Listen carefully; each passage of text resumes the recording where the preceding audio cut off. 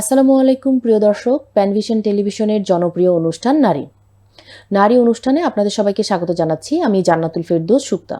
অনুষ্ঠানটি সরাসরি সম্প্রচার করা হচ্ছে প্যানভিশন টেলিভিশনের official Facebook page, YouTube channel হতে। প্রিয় দর্শক, আমরা আজকে আলোচনা করব মহিয়সী নারী হজরত খাদিজা রাদিয়াল্লাহু তাআলা আনহাকে নিয়ে।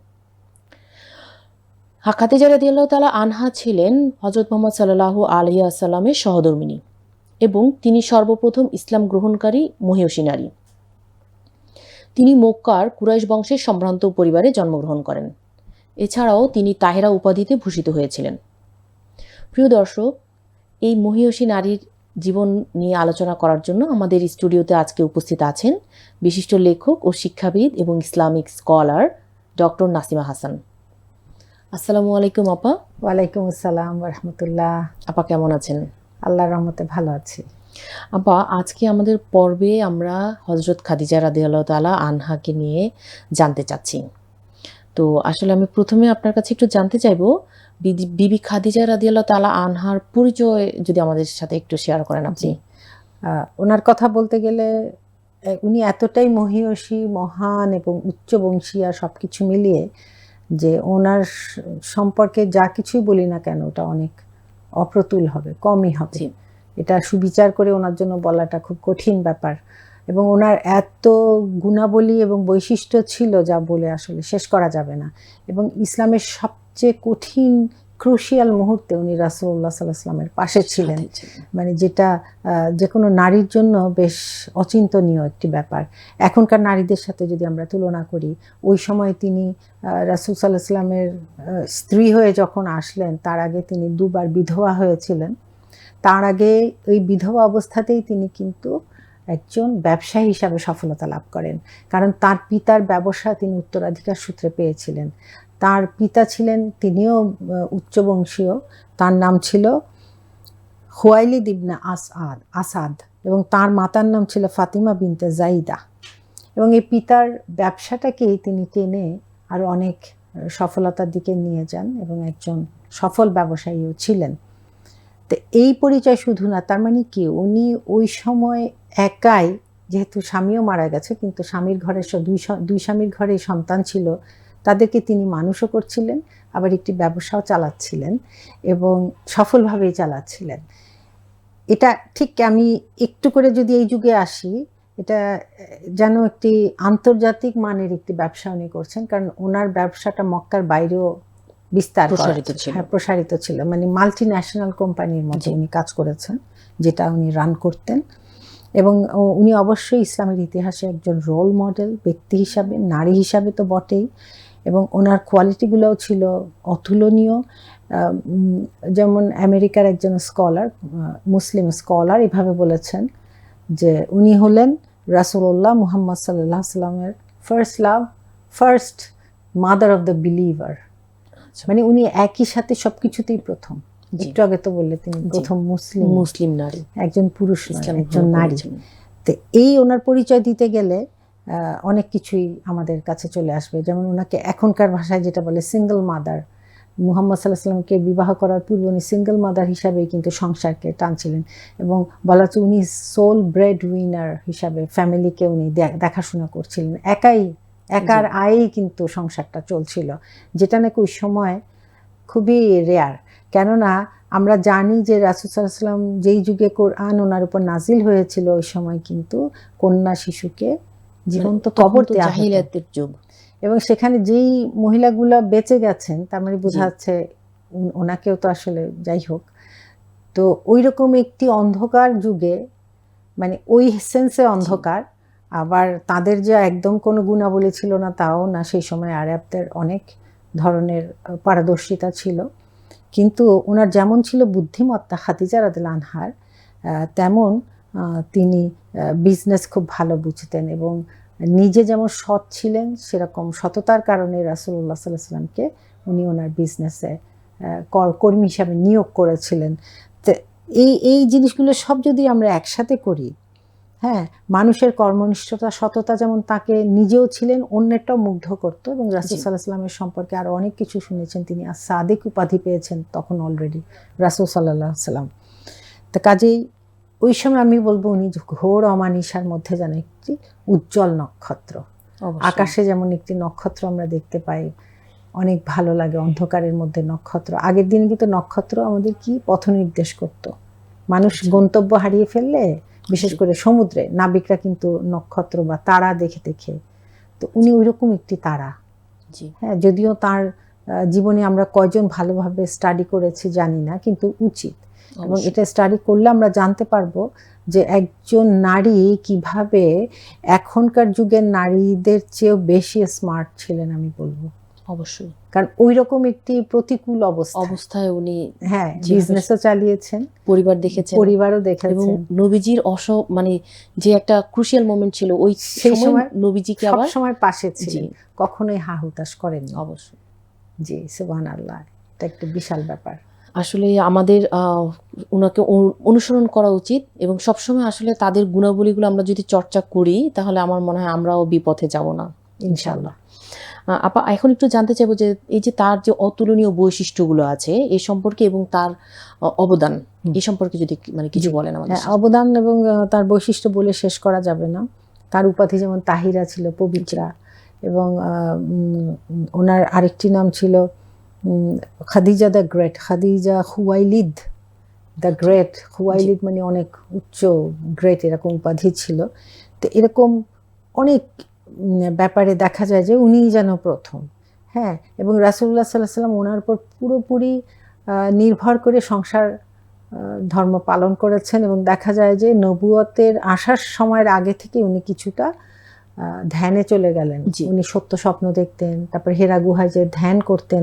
এখানে খাদিজা রাদিয়াল্লাহু আনহার সবচেয়ে বড় কন্ট্রিবিউশন ঠিক এই পয়েন্টে, উনি ওই সময় কিন্তু মোটামুটি বেশ বয়স হয়েছে, ওই হেরা গুহায় মাঝে মাঝে ওনার খাবার নিয়ে যেতেন, এবং সেটা বেশ লম্বা পথ পাড়ি দিতে হতো এবং অনেক উঁচুতে যেতে হতো। এটা যারা হজ উমরা করেছে, জি জি, দুর্গম পথ পাড়ি দিয়ে যেতে হতো। হ্যাঁ, কাজে ওই রকম একটু উঁচু জায়গায় উঠে উনি খাবার দিতে যেতেন, আবার নেমে আসতেন। কঠিন আসলে কি মানে আমাদের কাছে চিন্তা করলে তো মনে হয় যে এটা অসম্ভব। হ্যাঁ, অন্য কোনো স্ত্রী হলে বলবেন যে দুর্গম, আমার নিজের এতগুলো বাচ্চা, যেমন ওনাদের তখন অলরেডি 4 মেয়ে হয়েছে, 2 পুত্র বাঁচেনি, আল্লাহ তাআলা নিয়ে গেছেন। কিন্তু তারপরে ওনার ঘরে তো যায়েদ বিন হারসা ছিলেন, আরো একজন পালিত পুত্র, পরবর্তীতে পালিপুত্র হন। তারপর আলী ইবনে আবু তালিবও ছিলেন।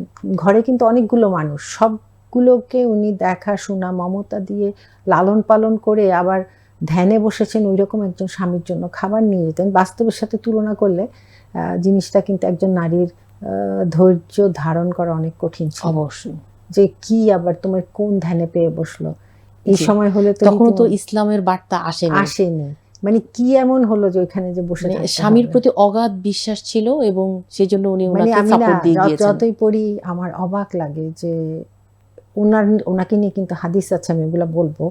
ওনার অবদানটা ওই জন্য খুব ভালোভাবে বোঝা যায় যখন আমরা এই হাদিসগুলো আরো সুন্দর করে পড়বো, যেখানে ওনার কন্ট্রিবিউশনগুলো হাদিসগুলো জানলে বোঝা যায়। প্রথম যেটা আছে মুসলিম শরীফ এবং বুখারী শরীফে, নবুয়াতের শুরুতে চিন্তা করো, রাসূল সাল্লাল্লাহু আলাইহি ওয়াসাল্লাম ভীতি অনুভব করলেন, উনি কিন্তু কাঁপতে কাঁপতে নেমে আসলেন। উনি বললেন আমাকে ঢেকে দাও, ঢেকে দাও, ঢেকে দাও। তো তখন ঢেকে দিলেন, এবং তখন কিন্তু খাদিজা রাদিয়াল্লাহু আনহা, আমি দেখে বলি, উনি বললেন, সান্ত্বনা দিলেন, কখনোই আল্লাহ পাক আপনাকে অপদস্থ করবেন না। কারণ উনি খুব ভীত হলেন যে ওনার কোনো ক্ষতি হচ্ছে, কেউ ক্ষতি করতে এসছে। আপনি আত্মীয় স্বজনের হক আদায় করেন, অসহায়দের সাহায্য করেন, বিপদগ্রস্তদের সহায়তা করেন। এখানে 3টা পয়েন্ট আমরা পাই। জি, আত্মীয়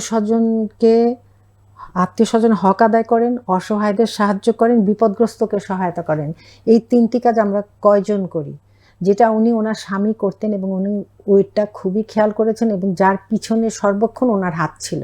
কারণ ওনার সমস্ত সম্পদ তো রাসূল সাল্লাল্লাহু আলাইহি ওয়াসাল্লামকে দিয়ে দিলেন যখন বিবাহ হয়ে গেল, এবং এইভাবে কিন্তু রাসূল সাল্লাল্লাহু আলাইহি ওয়াসাল্লামও ওনার সাহায্যেই, মানে এখানে খাদিজা রাদিয়াল্লাহু আনহাকে বাদ দিয়ে বলাই যাবে না যে এই 3টি কাজে খাদিজা রাদিয়াল্লাহু আনহা পাশে ছিলেন না। এই 3টি কাজই রাসূল সাল্লাল্লাহু আলাইহি ওয়াসাল্লাম করেছেন, এবং উনি এটা প্রশংসার সাথে ওনাকে মানে অ্যাসিওর করার জন্য, সান্ত্বনার জন্য বললেন যে আল্লাহ কখনোই এরকম একটা মানুষকে তো অপদস্থ করতে পারেন করবেন না। না। মানে এগুলো আসলে অনেক বড় কাজ। যে এটা তো মানে আল্লাহর প্রতি একটা অগাধ বিশ্বাস এবং ভরসাটা আছে দেখেই উনি ওভাবে হ্যাঁ, আর সান্ত্বনা দিতে দেখো পেরেছেন। যখন তুমি একজন অসহায়কে সাহায্য করবে, বিপদগ্রস্তকে সাহায্য, এটার কোনো কিছু প্রতিদান তুমি আশা করতে পারবে না, না, কারণ তুমি জানোই না যে সে তোমাকে কিছু করতে আদৌ পারবে জি, জি। কিনা। সেই নিয়তটা নিয়েই এই কাজগুলো কিন্তু করতে হয়। তো সুবহানাল্লাহ, উনি কিন্তু খুব সুন্দর জিনিস রাসূল সাল্লাল্লাহু আলাইহি ওয়াসাল্লামকে বলে সান্ত্বনা দিলেন, কিন্তু এটা এই যুগে আমাদের জন্য এখনো যে এই কাজ যদি আমরা করি নিশ্চয়ই আল্লাহ তাআলা আমাদের ভালোবাসবেন অবশ্যই। এবং যে কোনো ধরনের অপদস্থতা থেকে আমরা মুক্তি পাবো। কারণ আত্মীয় ইনশাআল্লাহ। স্বজনের হক এটা বিশাল জিনিস, কারণ জি। হক তো ওটা তার অধিকারের ব্যাপার।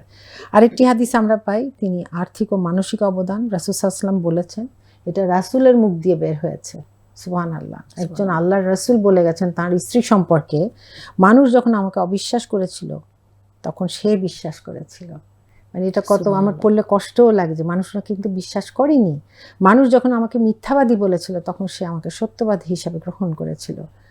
আর যখন সবাই আমাকে বয়কট করেছিল সে তার ধন সম্পদ দিয়ে আমাকে সাহায্য করেছিল।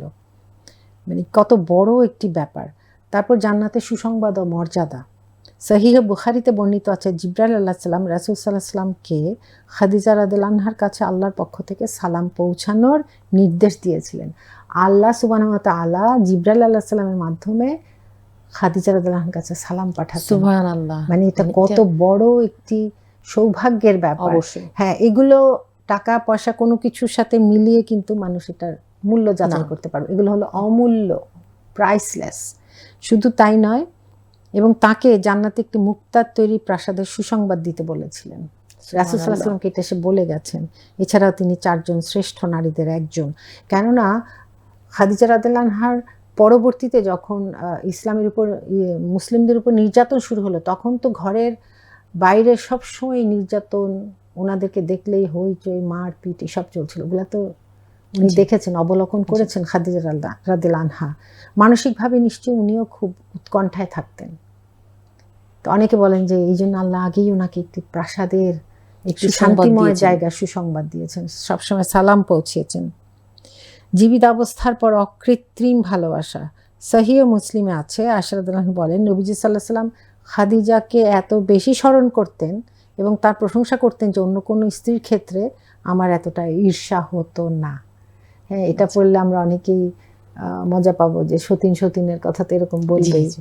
কিন্তু আয়েশা রাদিয়াল্লাহু আনহা খুবই মেধা সম্পন্ন একজন জি। নারী ছিলেন, তীক্ষ্ণধী একজন নারী। এবং তিনি বললেন ওনার ঈর্ষা হতো যে এত বেশি বলা হতো, কারণ তখন তো অলরেডি উনি আল্লাহর কাছে চলে গেছেন, ওনার ইন্তেকাল হয়ে গেছে। এবং নবীজি সাল্লাল্লাহু আলাইহি ওয়াসাল্লাম প্রায় খাদিজার বান্ধবীদের বাড়িতে হাদিয়া ও গোশত পাঠাতেন এবং বলতেন আমি তো খাদিজার প্রতি ভালোবাসায় সিক্ত। সুবহানাল্লাহ। আরেকটি ঘটনা আছে, শিবে আবু তালিব একটি জায়গায় এক সময় সবাইকে, সব মুসলিমদেরকে ওখানে জড়ো করে তাদেরকে বন্দির মতো রাখা হয়। মানে এটাকে বলা হয় নির্বাসনের মতো। ওইখানে কেউ খাবার দাবার সাপ্লাই দিত না, কিচ্ছু না। অনেক কষ্টে, এরকম 3 বৎসর খুব নির্যাতনের মুখে ছিল প্রত্যেকটি মুসলিম। ওই সময় বিবি খাদিজাও ওখানে ছিলেন, আবু তালিব সহ। খাদিজা রাদিয়াল্লাহু আনহার শরীর ওই সময় খুব ভেঙে গেল, কারণ খাওয়া নাই, অনেক সময় পাতা ঘাস এগুলো খেতে হয়েছে। কারণ সব কুরাইশ যারা বংশের যারা ব্যবসা করতো, এদেরকে কোনো খাবার সাপ্লাই দিবে না, এই ধরনের বাধা দিত সব সময়। ওই রকম কঠিন মুহূর্তে বিবি খাদিজা কিন্তু ওই নির্বাসিত স্থানেই ছিলেন রাসূল সাল্লাল্লাহু আলাইহি ওয়াসাল্লামের সাথে। 3 বছর এর পরেই কিন্তু উনি মক্কায় ঢোকার পরে উনি তারপরে আর অসুস্থ হয়ে তারপরে আল্লাহর কাছে ফিরে যান। কিন্তু এই মহান এই নারী, তার যে ভালোবাসা, সম্মান, সমস্ত কিছু রাসূল সাল্লাল্লাহু আলাইহি ওয়াসাল্লামের প্রতি, এবং তার যে ধৈর্যশীলতা, সহমর্মিতা এবং সহযোগিতা, এটা এখন মানে চিন্তাও করেও আমরা এটা পরিমাপ করতে পারবো না। এবং এই জন্যই তার কথা ইসলামে চিরস্থায়ী হতে থাকবে। এবং আমি বলবো কি যে এই যে তার দাম্পত্য জীবন, হ্যাঁ, অনেকেই বলবেন যে খাদিজা রাদিয়াল্লাহু আনহা এরকম করেছেন, আমরা আজকে নারীদের আমরা এই জীবনী পড়িয়ে এরকম চাই, হ্যাঁ, খাদিজার মতো স্ত্রী চাই, এরকম বলতেই পারে অনেকে। কিন্তু তার মতো স্ত্রী পাওয়া মানে যেই ধরনের উনি আল্লাহর জন্য ত্যাগ, তার ঈমানের কারণে, জি আল্লাহর প্রতি ভালোবাসার কারণে। মানে এটা আমি বলবো কি, আমরা ভাষায় প্রকাশ করা কঠিন। তো এইভাবে আমরা দেখি যে ওনার কন্ট্রিবিউশনকে আমরা ঠিক কোনোভাবেই নির্ধারণ করা যাবে না, এবং বললে আরও বলা যায়, আরও বলা যায়, এটা সুবিচার হবে না যদি আমি মানে একটা প্রোগ্রামে সব বলার চেষ্টা করি। না, আসলে বলে শেষ করা যাবে না। কারণ আরও আরও ডিপে যদি যাই যে ওনার মানসিকতা, তাহলে এই যে একটি বয়সের পর উনি যে শিবে আবু তালিবের নির্বাসনে কষ্টটা নিলেন, উনি কিন্তু ওটা না নিলেও পারতেন। হ্যাঁ, যে অনেক কোনো না, আমি আমি থাকবো না এখানে, আমি চলে যাই, আমার তো বাসা আছে, ওখানেই থাকবো। সবসময় ইসলামের জন্য যেই কষ্টটা, সেটা ওনার উপর দিয়েও গেছে, রাসূলের উপর দিয়ে। কিন্তু রাসূল সাল্লাল্লাহু আলাইহি ওয়াসাল্লামের শক্তির একটি বিশাল সাপোর্ট ছিল খাদিজা রাদিয়াল্লাহু আনহা, উনি যতদিন জীবিত ছিলেন। এই জন্য খাদিজা রাদিয়াল্লাহু আনহার মৃত্যুর পর আবু তালিবও মৃত্যু হয়ে গেল খুব কাছাকাছি সময়ে। তখন রাসূল সাল্লাল্লাহু আলাইহি ওয়াসাল্লাম খুবই মনোকষ্টে ছিলেন। তারপরে আমরা জানি যে উনি তায়েফে গিয়েছিলেন, তায়েফেও মানুষ খুব খারাপ ব্যবহার করলো, এরপরেই কিন্তু উনি মদিনা চলে গেলেন। কিন্তু জিনিসটা তার আমি যেভাবে বলছি ওইভাবে না, যে কয়েক সেকেন্ড পর আমি কথাগুলো বলছি, এগুলো স্টিম রোলারের মতো কষ্ট গেছে মানুষের উপর দিয়ে। কাজেই তার অবদান আমরা আরও খুঁজে খুঁজে ওনার জীবনী আমাদের স্টাডি করা উচিত অবশ্যই, এবং আমরা যাতে আমাদের ইয়াং জেনারেশনের মধ্যেও এগুলো শুধু গল্প নয়, এগুলো সত্যি ইতিহাস, তাই না? এবং আসলে ইয়াং জেনারেশনের উদ্বুদ্ধ করা উচিত প্রত্যেক পরিবার থেকে। আমরা যারা মায়েরা আছি, আমরা যদি আমাদের কন্যা সন্তানকে উদ্বুদ্ধ করি, পাশাপাশি আমাদের ছেলে সন্তানদেরকেও শোনাই, তাহলে ওদেরও কিন্তু নারীদের প্রতি যে সম্মান দৃষ্টিটা আছে সেটাও চলে আসবে। জি অবশ্যই। আপা, এখন আমরা একটু খুব অল্প সময়ের মধ্যে একটু জানতে চাইবো যে আমাদের জন্য আসলে তার জীবন থেকে কি শিক্ষা নেওয়ার আছে বা শিক্ষণীয় বিষয় কি আছে। অবশ্যই। আমি আমাদের জাতীয় কবি কাজী নজরুল ইসলামের একটি কবিতা উদ্ধৃত করি এখানে। উনি খাদিজা রাদিয়াল্লাহু আনহার কথা এইভাবে লিখেছেন: নর নহে নারী ইসলাম পরে প্রথম আনে ঈমান, আম্মা খাদিজা জগতে সর্বপ্রথম মুসলমান। পুরুষের তাই গৌরব ম্লান একই মহিমায়, গুণে গরিমায় আমাদের নারী আদর্শ দুনিয়ায়। হ্যাঁ, এই যে গুণে গরিমা বলতে উনি এখানে পরে আছে যে গুণে গরিমা রূপে লাবণ্যে মাধুরী ও স্মৃতি হুর পরি লাজ পায়। এখানে সেই সৌন্দর্য নয়, হৃদয়ের সৌন্দর্য, রুহানি সৌন্দর্য, যেটা দিয়ে ওনারা আসলে দাম্পত্য জীবনে অতিবাহিত করেছেন, কিন্তু ইসলামের জন্য যে ত্যাগ তিতিক্ষা কাজ করেছেন। এবং সবচেয়ে বড় কথা, উনি যে প্রথম মুসলিম হয়েছেন, উনি তো সেজন্য গর্ব করে কখনোই জাহির করেননি যে আমিই প্রথম মুসলিম। হ্যাঁ, দেখো আমার কত সাহস, কখনো নয়। এটা ইতিহাসে পরে এসছে যে উনি প্রথম মুসলিম ছিলেন। এই ধরনের সাহস কতজনের হতে পারে, এটা আমাদের জন্য বিশাল শিক্ষা, যে একটি ভালো কাজে এগিয়ে আসা অবশ্যই, এবং সেই ভালো কাজে আবার স্বামীর সকল গঠনমূলক কাজে সহায়তা করা, এটাও কিন্তু খুব জরুরি। বর্তমান দাম্পত্য জীবনে আমরা অনেক সময় ভুল বুঝাবুঝিতেই বেশি চলে যাই, এটা যেন না হয়। হ্যাঁ, অনেকেই বলবেন যে স্বামী তো ছিলেন আল্লাহর রাসূল, হ্যাঁ, আর উনি তো একজন উচ্চ বংশীয়া, কিন্তু এক্স্যাক্টলি সেই স্বীকৃতি পাওয়ার আগেই আগ থেকে কিন্তু তিনি সাপোর্ট দিয়ে যাচ্ছিলেন। এবং মজার হলো কি, আমরা চেষ্টা করতে হবে, আমরা তো নাউজুবিল্লাহ এখন তো কেউ রাসূল হবে না, কিন্তু উনি তো শিখিয়ে গেছেন যে এরকম এরকম করো। আমরা চেষ্টা করতে দোষ কি? আমি টার্গেট করলাম যে না, রাসূলের মতো তো হতে পারবো না, আমার দরকারই নেই, এটা না, কিন্তু আমাদের চেষ্টা করে যেতে হবে খাদিজার মতো হওয়ার জন্য, খাদিজা রাদিয়াল্লাহু আনহার মতো, যার ঈমানের জন্য উনি ওনার সম্পদ, ওনার আরাম আয়েশ সমস্ত কিছু ত্যাগ করেছেন শুধু আল্লাহর খুশির জন্য, আল্লাহর রাসূলকে চিনতে পেরে তার জন্য সব বিলিয়ে দিয়েছেন। সুবহানাল্লাহ। এটা খুব কঠিন, কিন্তু এটা খুবই কঠিন।